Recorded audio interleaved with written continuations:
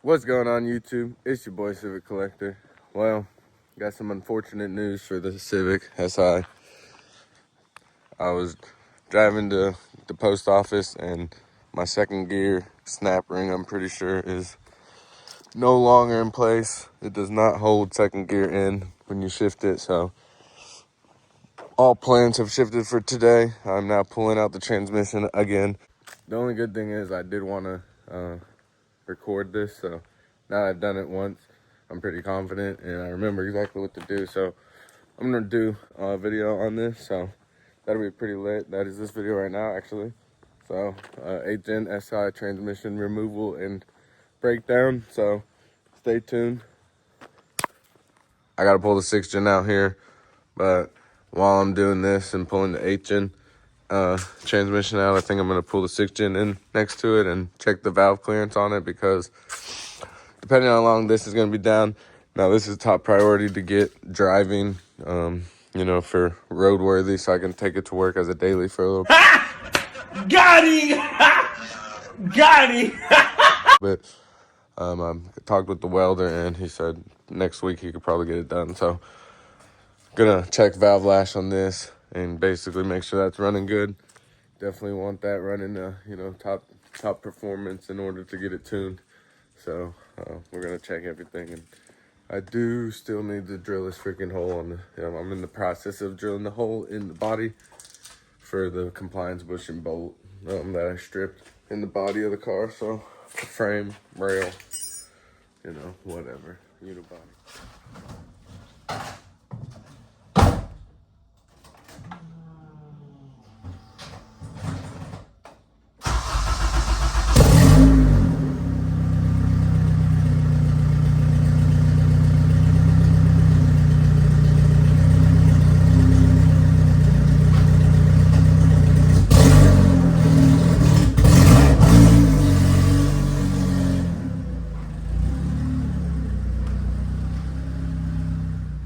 Got the SI up in the air. If you're new to the channel, you don't know that I just had this transmission pulled out and I rebuilt it. I shredded 4th gear.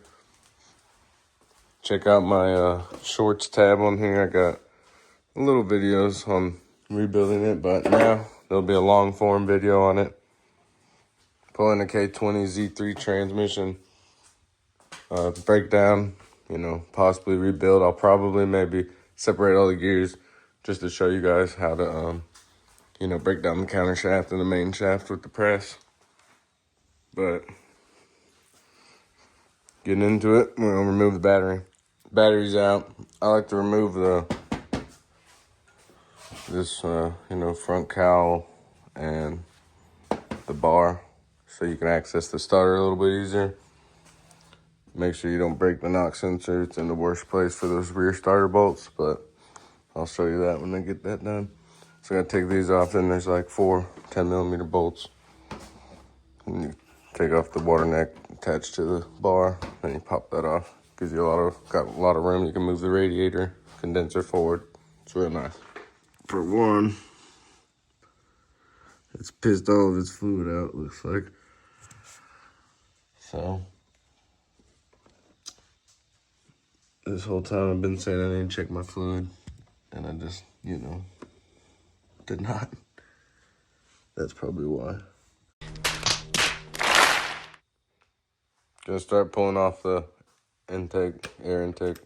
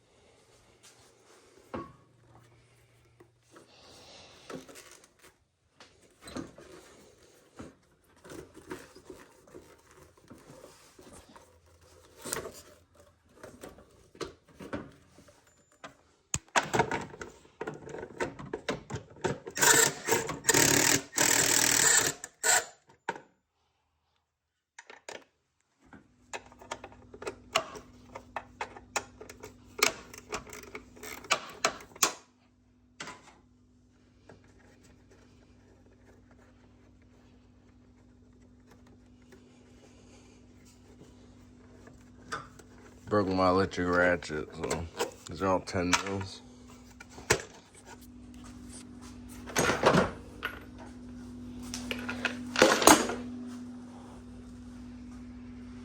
Now we can access the shifter cables. Everything back there. Some bolts down there too. So we got one hell of a contraption here, because I couldn't find my 1/4 inch 12. But we're gonna make it work.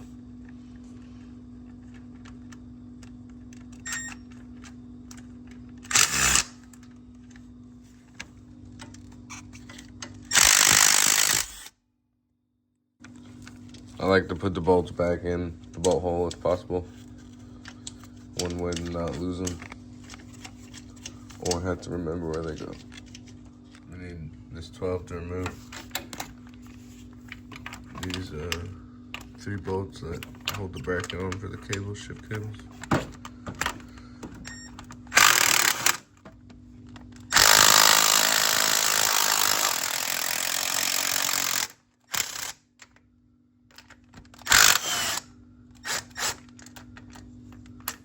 So now we gotta take those little pins out of the shift cable ends. Then we're gonna take it up. Reason being I took the whole bracket off is those pins, whatever the hell you want to call them, are hard as hell to get off. Alright, I gotta get this plastic shield off. And I can start working on the front engine mount. The rear engine mount. And the bolts that hold in the rack. Steering rack. We got the fluid gear wheel. This is like 5,000 miles, maybe 10,000. I don't know, it don't look good. So I went ahead and just got the subframe out. Couldn't really record and manage both jacks and all that, so it's 4 bolts, 17, all 4 corners. Then there's 2 14s that hold the rack in here, and the 14 and the 17 that hold the rack in there, as well as another 14 and 17 right here. You just spin this around so it doesn't catch the power steering rack, then drop it down. First things first, 8mm Allen key on the side of the casing in order to get the shift selector out.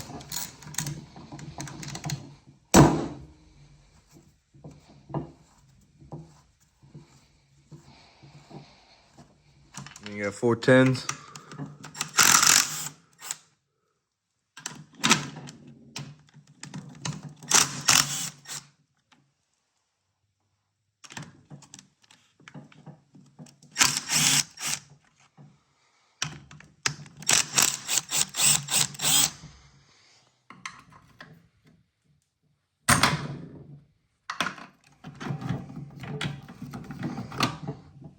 $14mm Allen key.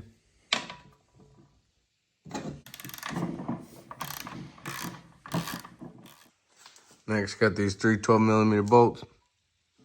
Be careful with these ones. They have a little ball inside of them. So it might not come out with it. You might have to tip the transmission.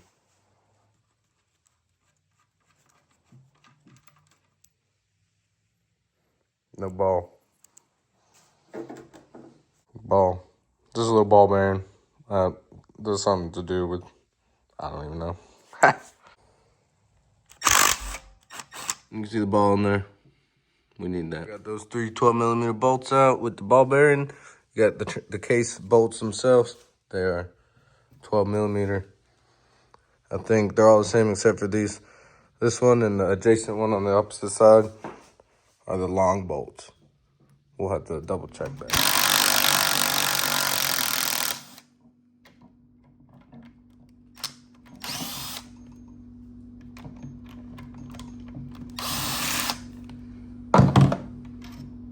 So yeah, this one and that one are the long bolts, and you can tell just by looking at the housing that they're meant to be.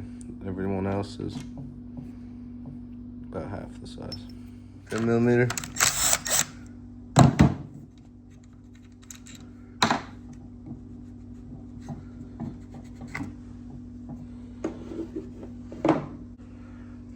you got a 14mm reverse idler bolt.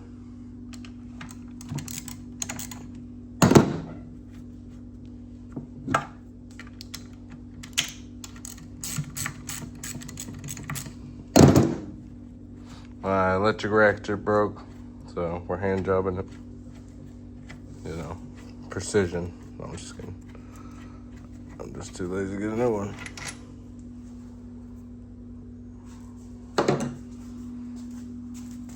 Don't use the electric ratchet as a hand ratchet, manual ratchet. It will explode. All right, so we're here. Now to get the whole case off, first, gotta break the seal. What I do is I just put it on the floor, beat the shit out of it. And then, gotta get this lock ring. Spread that yarn open.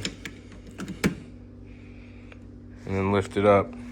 Which I don't have two people here, so I have to put the camera down. Hold up. All right, so we got the transmission open here. And it appears that my bearing that I put upside down on the countershaft has exploded because, well, it's upside down and not supposed to be like that. So I guess that was the issue. Here's 5 and 6. 3, 4.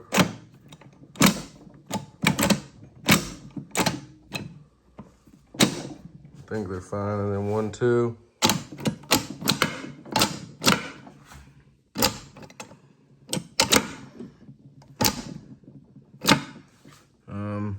I'm still gonna break it down, figure out why 1 and 2 second gear wasn't holding.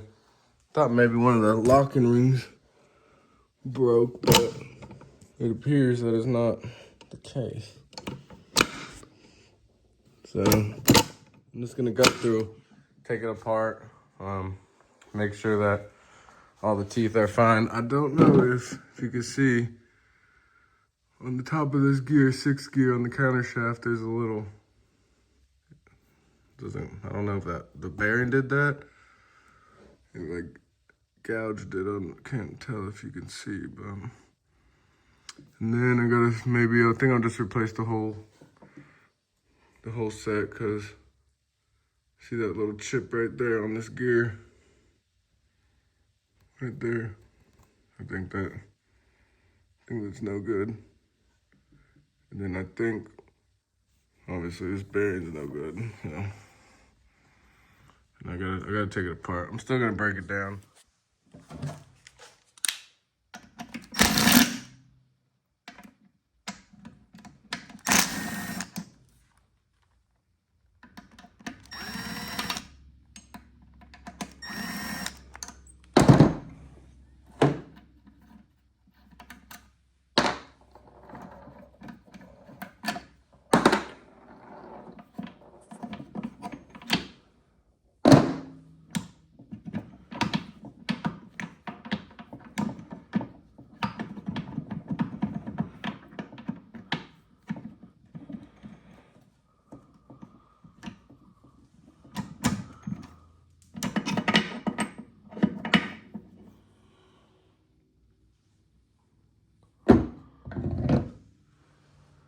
This fluid smells horrible.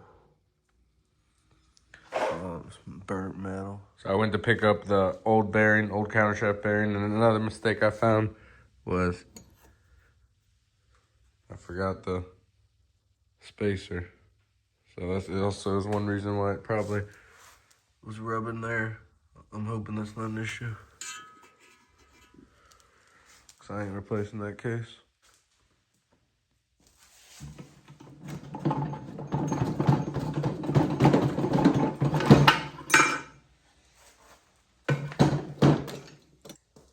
Here we got the main shaft. Everything appears to be in good condition. Probably will still break it down just to make sure. All right, we're back working on the transmission, 8th Gen SI. 12mm Allen key is reverse thread, so good to know. All right, that's off. We can take this over to the press and press it off. See you over there. All right, we got the countershaft We're gonna press the bearing off.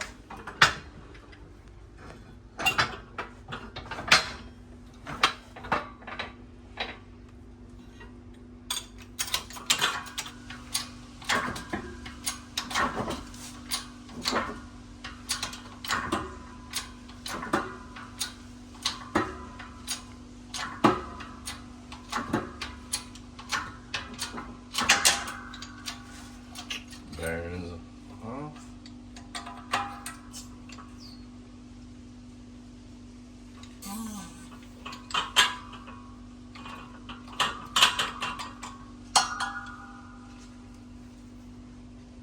Nice damage there.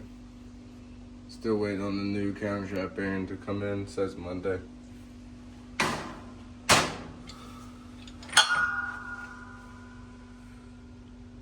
As you can see, this 6-gear countershaft looks like it was notched the whole way around. Insane. So that's not supposed to look like that. Let's go ahead and take that off. And we're just gonna go ahead and break the whole thing down, honestly. Clean it off, make sure everything's good.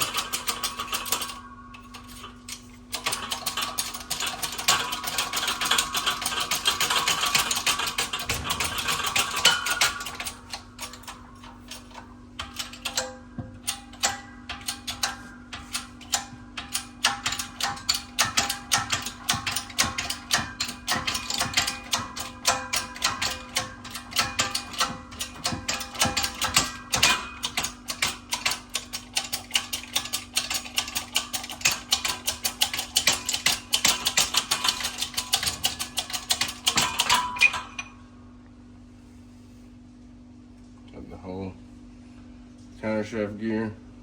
We're just gonna make sure it's cleaned up. Break down all these gears, clean them real good. Make sure the synchros are fine. Since I just replaced them probably 5,000 miles-ish ago. I don't really know, but hopefully the synchros are good. That was an $800 kit, so I'm not trying to replace that. All right, we got 5th gear. Appears to be good. Just gonna clean it up. Gotta go to the store, get brake clean. 4th gear. This is what I just replaced not too long ago.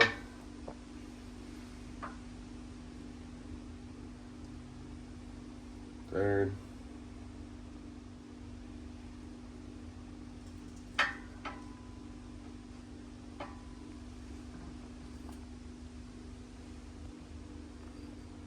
Second.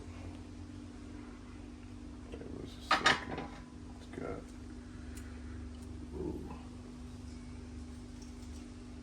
With this bearing in there. It's like some sort of spacer. You don't want to lose these bearing rollers if that inner comes out. That is a pain in the dick.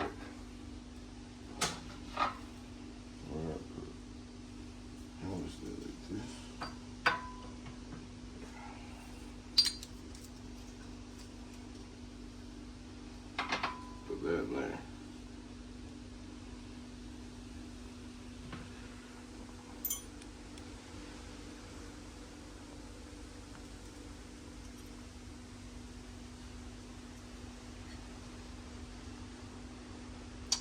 Carbon synchros are fine.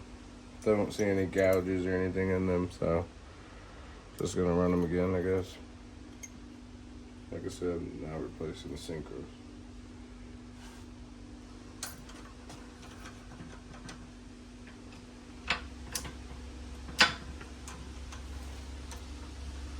Okay, so that's the 1-2 hub, I guess. Holds the synchro. This is the 1-2 sleeve. Oh wow, it's all chewed up. Okay, so we got some, definitely got some marks there. on the inside. I should probably look into replacing that. That's unfortunate.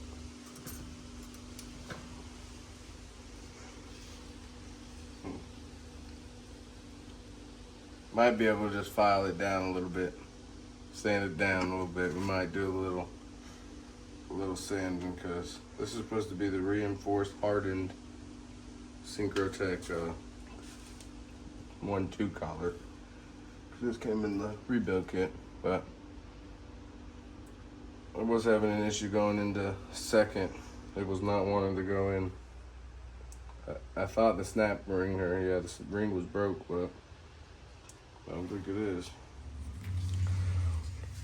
Alright, back at the press here. Gonna put the countershaft back together. Here's the replacement 6 gear for the countershaft. Whole piece. Here's the old one. As you can tell, it's quite a bit difference.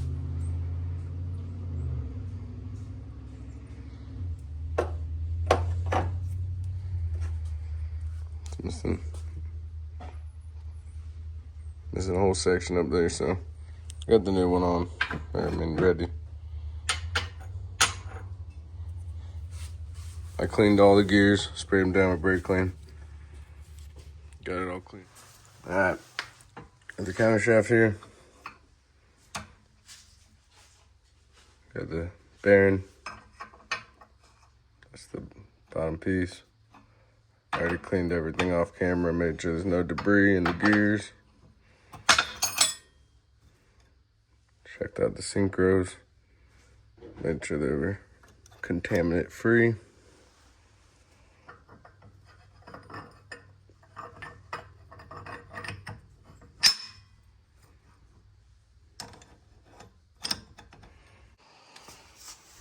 Alright, we gotta get this gear on top of here. Now, that engages 1 and 2. Smooth. When I put it back together before, it was not smooth, so I'm actually glad that this is engaging easily. So, makes me feel a lot better. Alright, we got all the gears stacked up in the proper order. Had to go back and look at the videos from before because I forgot. But that's how it goes. And then you got the main shaft that's gonna go in from the bottom, and then I'm gonna have to flip it and press it. Press it all the way in. So it's gonna be fun. Might even have to do it before. Let's see. Alright, we took a step back, flipped it upside down, took these remaining 3 off. I think it's what, 4, 5, and 6. We're gonna get this all pressed in, then we'll press those on. I think I'm gonna bring this up so I don't have to jack it so much. Let's see.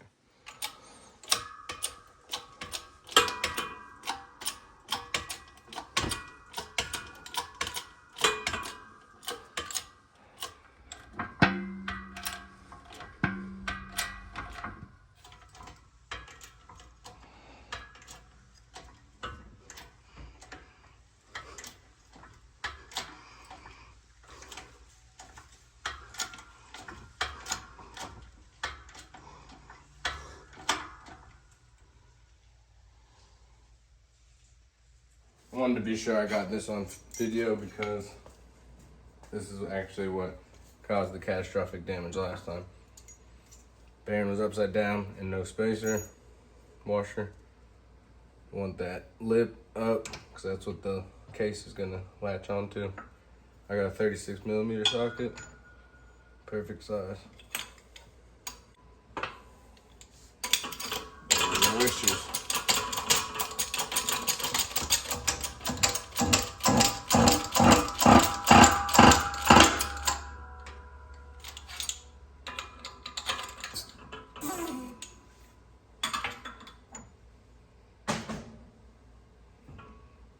Then you got the reverse thread screw. Get that in there. We'll torque it down later. Well, there you go. There's your final drive countershaft. All right, we're back. We got the new used input shaft in the mail. It looks pretty decent. It's got a little signs of wear right there. I might try to clean it up with some automatic trans fluid maybe. First, get the needle bearing. Then you're gonna get third gear. There's 3 holes in the gear itself. That's where the synchro will sit in. That's gonna go upside down. Sit in the holes on the gear. Then we got the hub. This is what I replaced. 3/4 hub. This is the old one. As you can see, it's pretty marked up. Seen better days, so got a brand new OEM 3/4 hub. Gonna throw it on. One thing to look for on the hub is this mark right there, the U with the open. You want that facing up.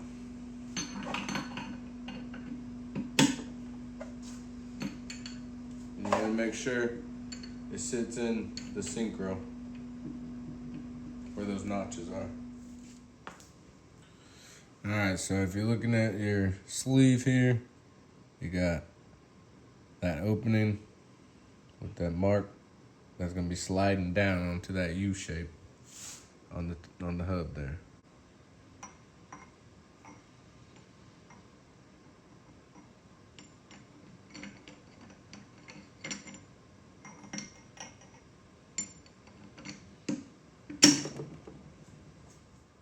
Alright, here we got your synchro.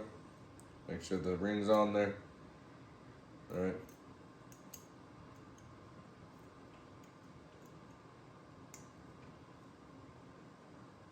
These notches are gonna go down and meet the hub. And you got 4th gear. Another one with the holes. Don't forget your bearing. Another needle bearing. Put that on. 4th gear with the holes. Let it fall into the synchro.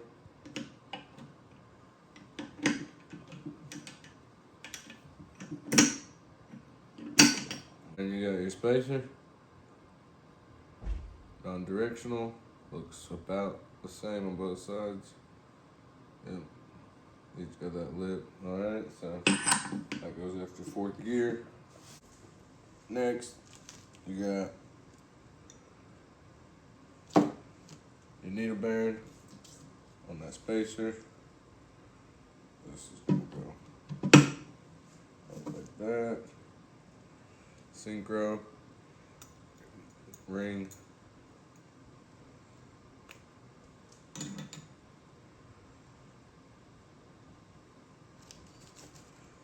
And your next hub does not have the directional marks.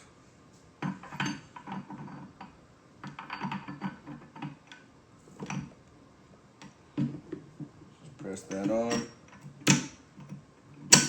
3/4, shift smooth. Same, we got another like spacer and needle bearing. Assuming that's gonna go on here.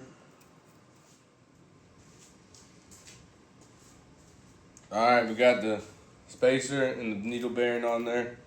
You got 6th gear synchro and lock ring, snap ring, whatever you want to call it, and then your sleeve, lock and sleeve, I guess, for your shift sleeve rather. Just put them together on there as a group. You're gonna want to try to line up these notches with the notches on the hub.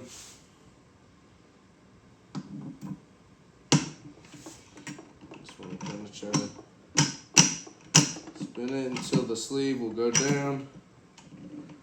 Alright, we got the sleeve moving on there. Then you can spin it to latch in those notches. Got the bearing. There's words on it, numbers facing up. Exposed ball bearing of the bearing on the bottom facing down. Just gonna want to work that on there nice and smooth. So this is when it's in 5th gear. It's gonna be spinning without 6, shifting to 6. The whole input shaft spins. Same. 3, 4. Looks good. Here we got the case all cleaned up. Made sure I got all the metal shavings, jerry fluid out of there. Took the diff out, got that cleaned up as well.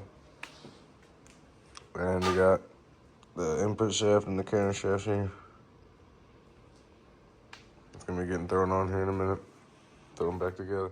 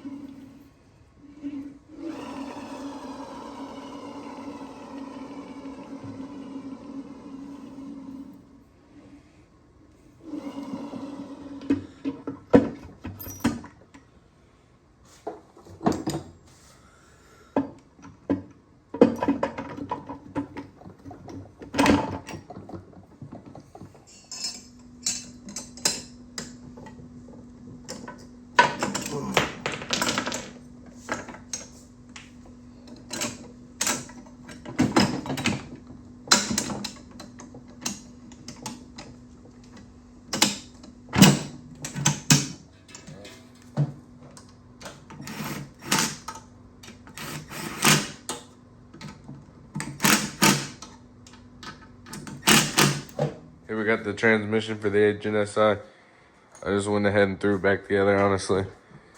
It was honestly a pain in the ass getting the case on and getting the shift selector in just because I didn't have it exactly right. But I got it eventually, but just went ahead and threw it all together, so about to get it back in the car actually.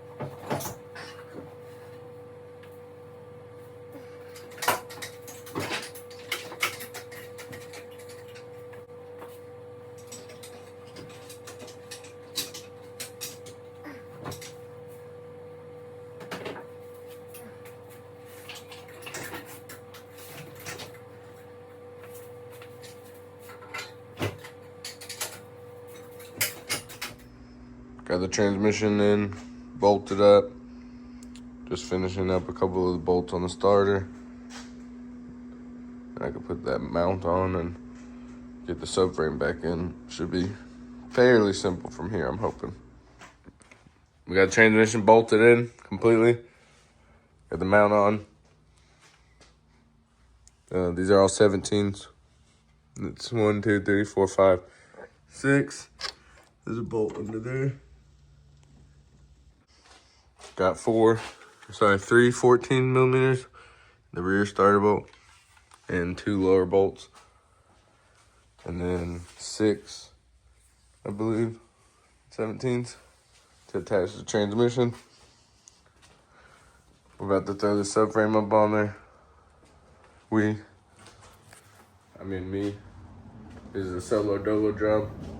Been waiting on parts for weeks, so just been chilling in the garage, but I'm really excited to get it out.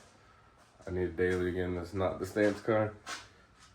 That was pretty good for a week, 2 weeks maybe, and then it started giving me issues, so tires, DBing, whatnot, alignment.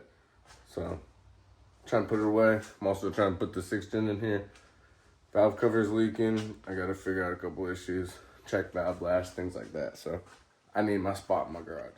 All right, what do we got? We are now putting the subframe in, getting it in position. How's it looking, chat? How's it looking?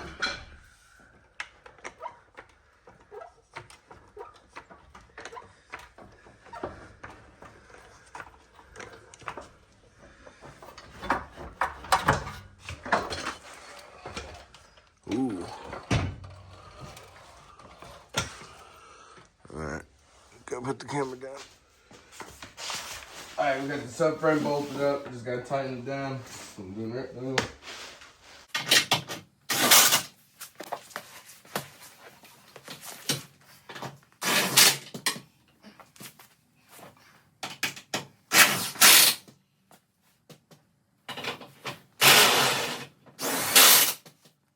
Subframe bolted in there. We can take the jacks out.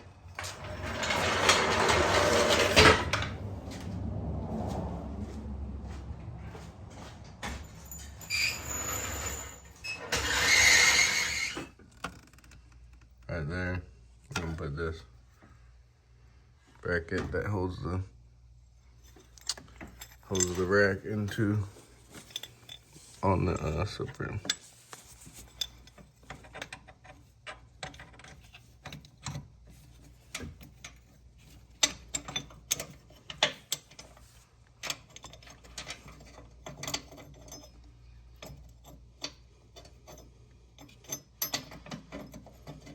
Alright, now that I got the subframe bolted in there, I can secure the power steering rack. I showed a little bit a minute ago on that, but there's 2 14 millimeter bolts that secure the right side, passenger side of the power steering rack. And then there's a 14 and a 17 and a 14 and a 17 that connects on the mount there. So I'm just going to take this tie off. I tied up the power steering rack, so when you drop the subframe, you don't have to bring the rack with it. It's just a little bit easier. Last time when I dropped the subframe and I put it back, my steering wheel was upside down because it completely fell out, so I fixed that as well, I'm pretty sure, so I'm pretty excited to have a good steering wheel, straight steering wheel, right side up.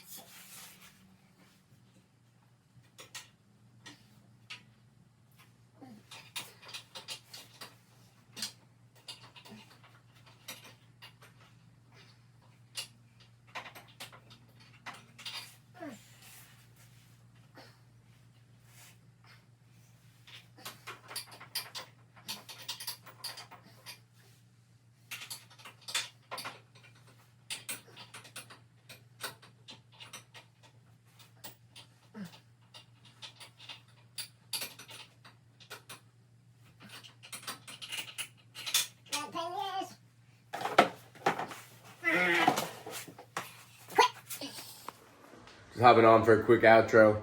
As you can see behind me, we got the H&SI on the floor. It drove pretty good. We had one slight issue first test drive.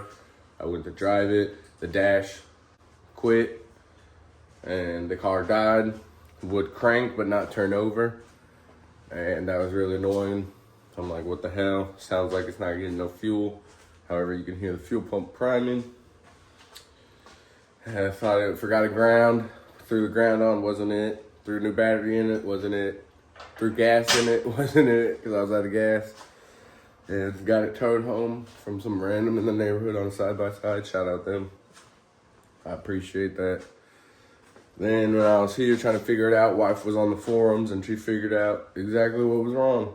It was number 10 fuse, 7.5 amp fuse under the dash. Has to do with the reverse lights. And that rung a bell because when I was doing the transmission, I accidentally broke the reverse light switch connector. So those two wires actually ended up touching each other and shorting out. And that blew the fuse and it killed power to the car, which is really interesting. So if you ever have an issue with your reverse lights and your dash not lighting up and your car not starting, check number 10 fuse under the dash. Anyways, car shifts pretty good. It rides good. This time I'm just gonna make sure the fluid stays full. I'm gonna check for leaks probably after every drive for the first couple weeks and just make sure it's good. You hear me? If you stayed till the end of the video, I appreciate you truly. This was a long one. Not really a how-to video or transmission removal and rebuild as I intended, but I still think it has some good information in it. So definitely peep the video, subscribe, like, throw a comment down below. And thanks for tuning in.